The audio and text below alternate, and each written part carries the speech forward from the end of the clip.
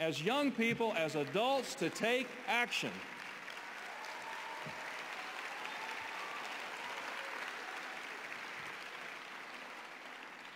So when you go back to your home community, I want you to immediately say to them, it's time that we form a green committee in our church and we start talking about this, about what we can do to make our building more energy efficient, how we can eat locally, how we can really do things that enhance the beauty of our community by planting trees and gardens.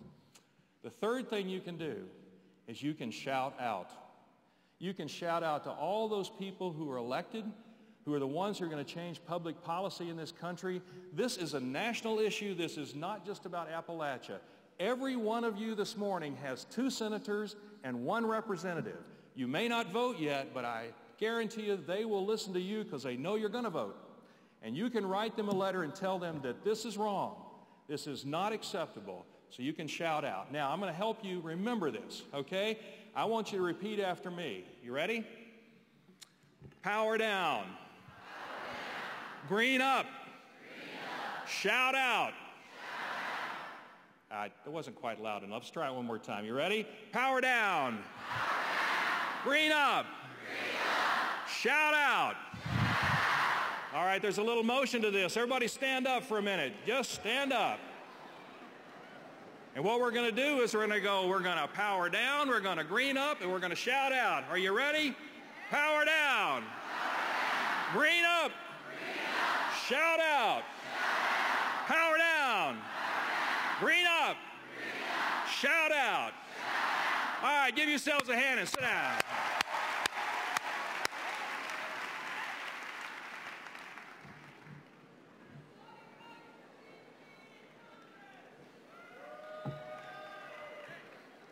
All right, we've got just a couple of minutes for questions. I invite you to come to the microphones in the front if you want to ask anything. We'd be glad to. Mari, my colleague, is going to be out here with me. Power down. Green up. Shout out. Woo! Okay, question? I got one. All right. And I can yell. Here, Bill. All right. It's on a stand. Why wait till we go home? Why don't we turn off the air conditioner in this room? Why don't we Turn off the air conditioning in this room. turn it down? That's not a bad idea. We could turn it down some, couldn't we? It's warm.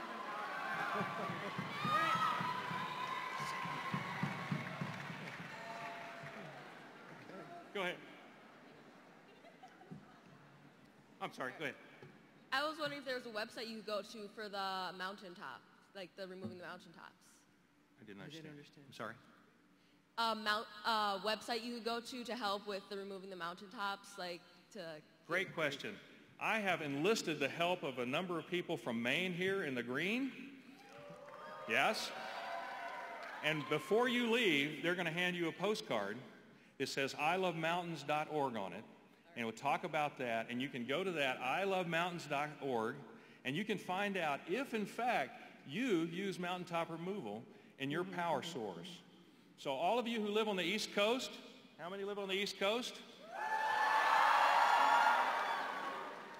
You're burning mountaintop removal coal. Okay. So what are you going to do about it?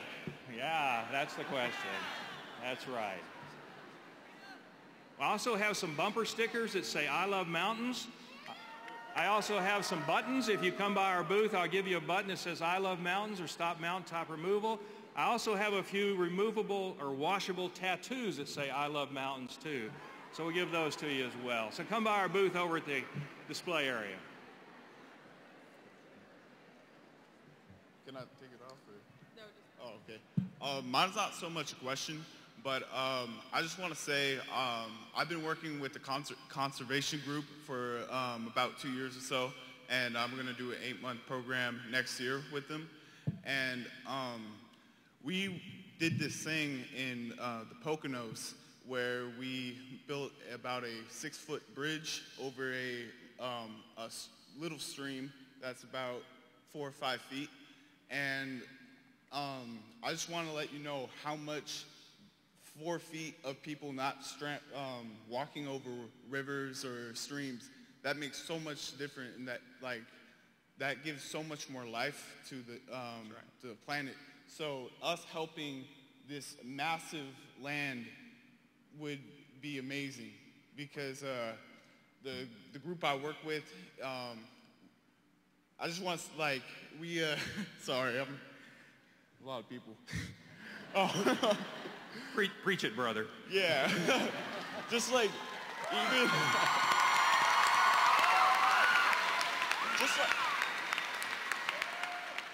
just 1 inch of help brings so much more than we could ever imagine. So I just think it's great that we have about a couple thousand people ready to attack this huge problem that I had no idea about. And I just want to say thank you for just showing us what we didn't know. So thank you.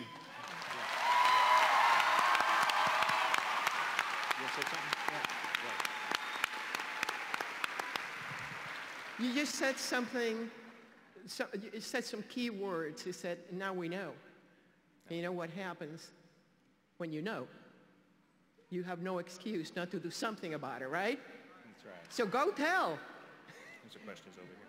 Okay. There's a question over here. Where am I going to be able to find that video so that I can let other people know?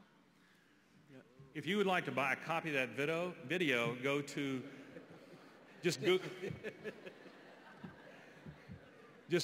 renewalproject.net, and it's $20, and you can buy that and you can show it in your own congregation. And it's got a number of other things in there too about care of creation as well. It's really a great video, and I would recommend it to anybody. renewalproject.net for $20. Thanks for asking. What about Christians for the Mountains? Do they have a... Okay.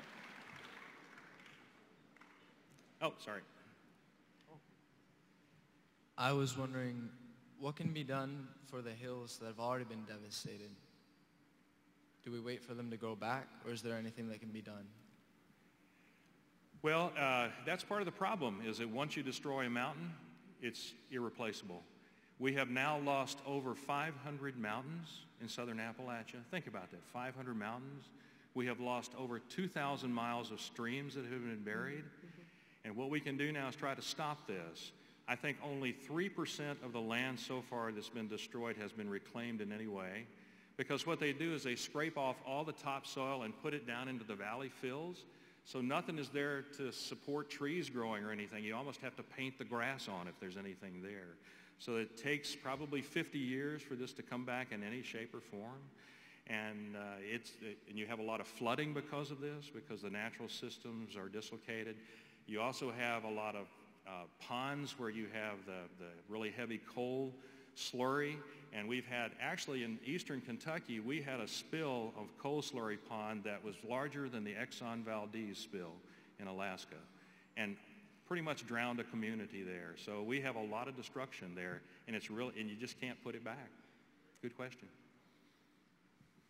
You know, I was wondering whether maybe we can suggest to each of our congregations that we do a study, you know, in the continuing Christian education, on Bible class, and start finding out. There's this mountaintop removal, then now we have something called fracking that is drilling all these very deep wells that are poisoning the water tables. Just become informed, and then go tell, and go back. Remember, 1 representative, 2 senators. And if you don't know who they are, ask me. I've got my little book with me. I will tell you that there are 2 bills. One is in the Senate called the Appalachian Restoration Act that is not yet introduced this year, but we've been working on that for a few years, that would stop valley fills. It would really stop mountaintop removal. But the one that's current now in the House of Representatives is called the Clean Water Restoration Act. And you can find that on ilovemountains.org, or Appalachian Voices, which is the group I work with, appvoices.org. Any of those places will really educate you about what's happening there legislatively too. My family and my best friend's family are from Eastern Kentucky, Prestonsburg specifically, and if you forget about this, kind of think about this. My best friend said, one time I said, you know, those mountains they're kind of claustrophobic, and you're driving through them and you can't see the sun for quite a while during the day. And she said, we tend to think of it as being your mother's arms, and you go hide in your mother's arms. So keep that in mind. Thank you.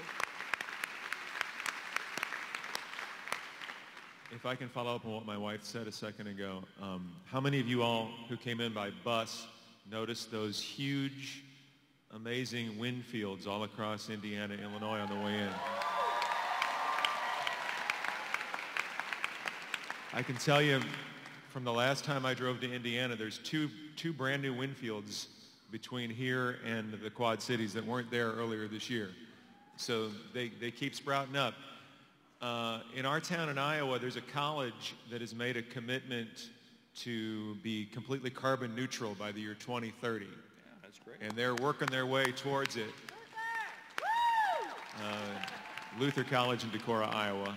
But they installed a wind turbine on the edge of campus that got an awful lot of criticism from some of the folks in town because it was going to be an eyesore. And in response to that, I'd say if that one wind turbine prevents one mountaintop from getting blown up, it was worth it. Amen. And if any other community can put a wind turbine in there to help them become a little more carbon neutral, it might prevent one more mountaintop from blowing up, and that would be worth it. And they blow up mountaintops because that's the cheapest way to get the fuel that we use, but there are other ways to do it. Great. Thank you.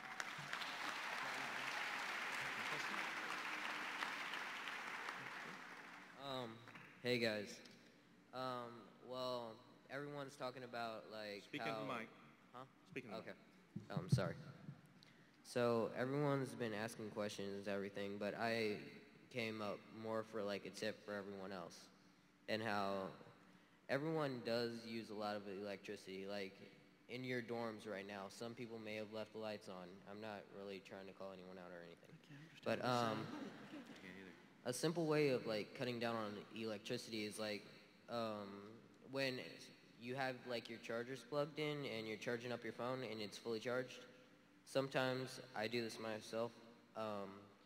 I unplug my phone and I just leave the charger in, and that actually wastes quite a bit of electricity. Or when you're just like playing games all night long, you could just take a break and go to sleep. We'll do one more.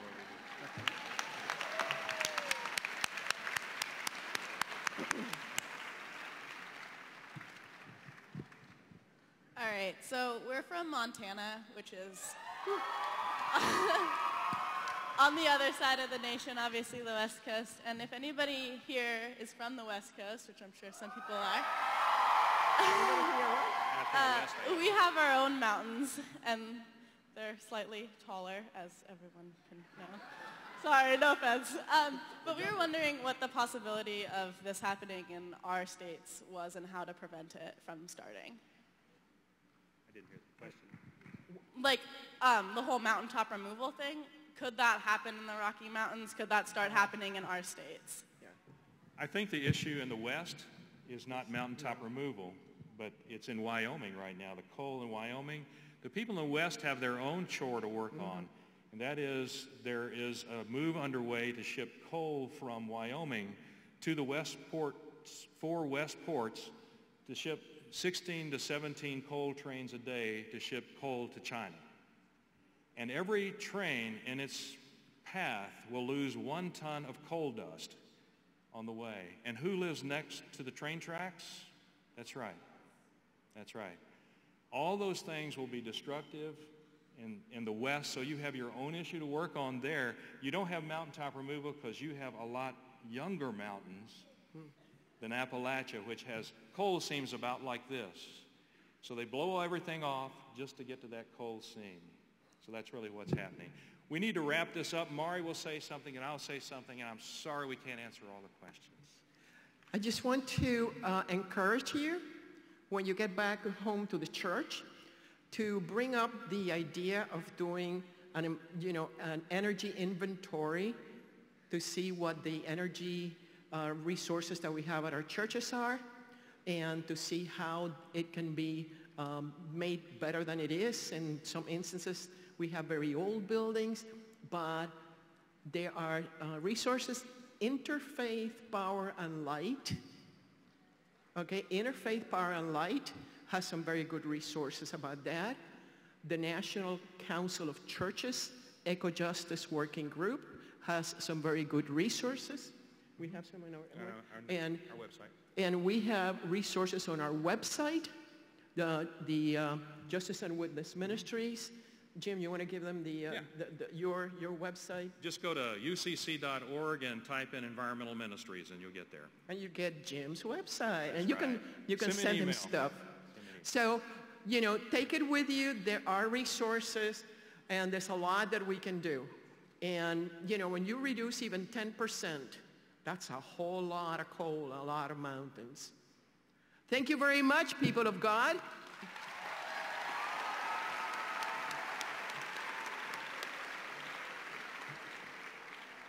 Here's the thought for you. You can't do everything, but everybody can do something.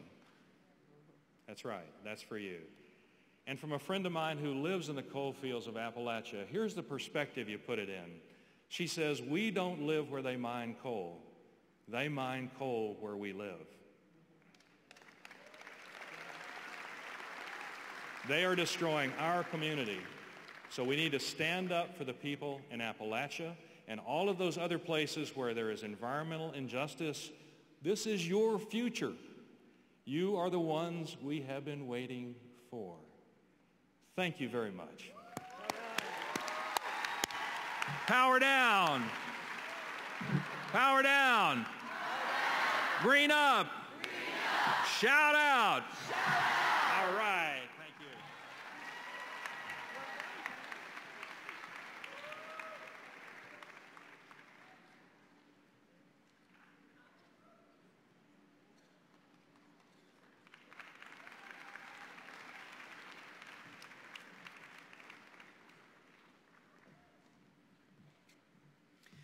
So today you will engage in a variety of projects to serve the community of West Lafayette, Indiana, home of Purdue University, and a community that has welcomed the UCC's National Youth Event with open arms.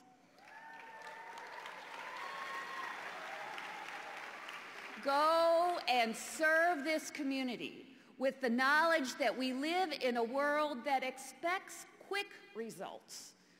And while you may be gratified by the immediate outcome of your efforts, and we hope you will, you may never witness the ultimate impact of the work you do in the next few days. May your work leave a lasting legacy among those who have been blessed by your service. And may your work give you the chance to share and strengthen your faith. May the joy of the Spirit bless your work.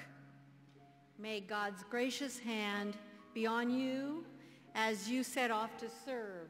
And so I say, you are the light for the whole world.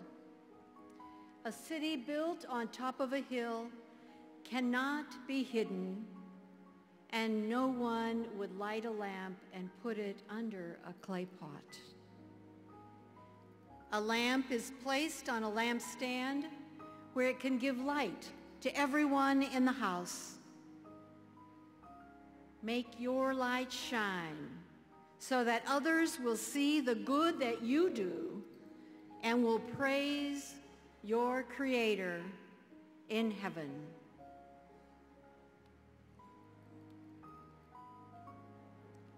Go now with the faithfulness of Christ and the power of the Holy Spirit, and do God's work.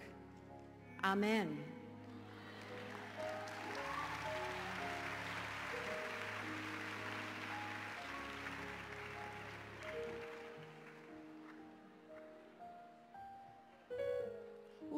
about sunrise? What about rain? What about all the things that you said we were to gain?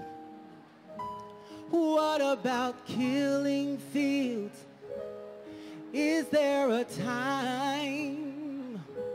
What about all the things that you said were yours and mine? Did you ever stop to notice all the blood we've shed before? Did you ever stop to notice this crying earth, this weeping shore?